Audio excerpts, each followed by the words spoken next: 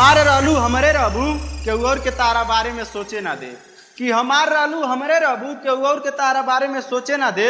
तू बिंदास होके प्यार करा एक करे जा तो हर नाम बदनाम होके ना दे। इश्क बड़ा बेदर्दी हो हर आशिक के तड़पावे बड़ी किस्मत वाला प्रेम कहानी अपन का बनावे। आदित्य आदित्य आदित्य प्यार के बंधन टूट गई, किस्मत भी हमसे रूठ गई, खुशियाँ से भरल खजाना भी क्षण भर में हमरो लूट गई।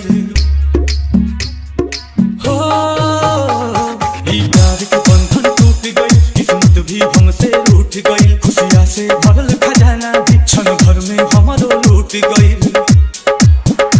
कतना खोजी नहीं लगो ता पता जा रे जा ए हवा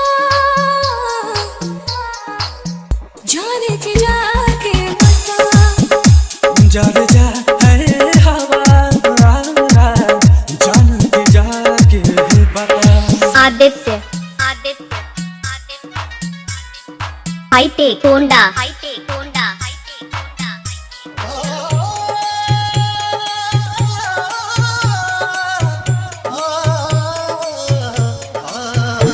जान भाई बेजान टूटल सब अरमान प्यार के हमरा कोई सही होला इम्तिहान।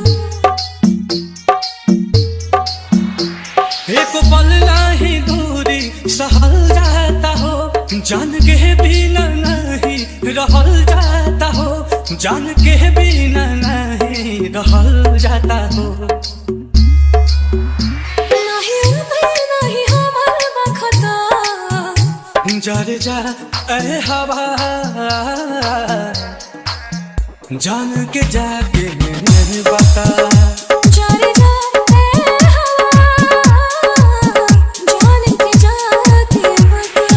आदित्य आदित्य आदित्य कालेश्वरगंज कालेश्वरगंज कालेश्वरगंज दिल पानी मछली जैसे तड़पे देखो ना दीवाना दीवानी कहाँ पानी नहीं लागे लाठी पानी जिंदगी भइल जहल ऐसन आयल कहल दवा दुआ भी नहीं करत बासल। बिना उनका न केहू जहां में हमार दुख के ढाल बाटे हमरो पे पहाड़, दुख के ढाल बाटे हमरो पे पहाड़। जड़ से अलग भइल लता जा रे जा ए हवा जान के जाके बता। जा रे जा ए हवा जाने के जाके बता। आदित्य आदित्य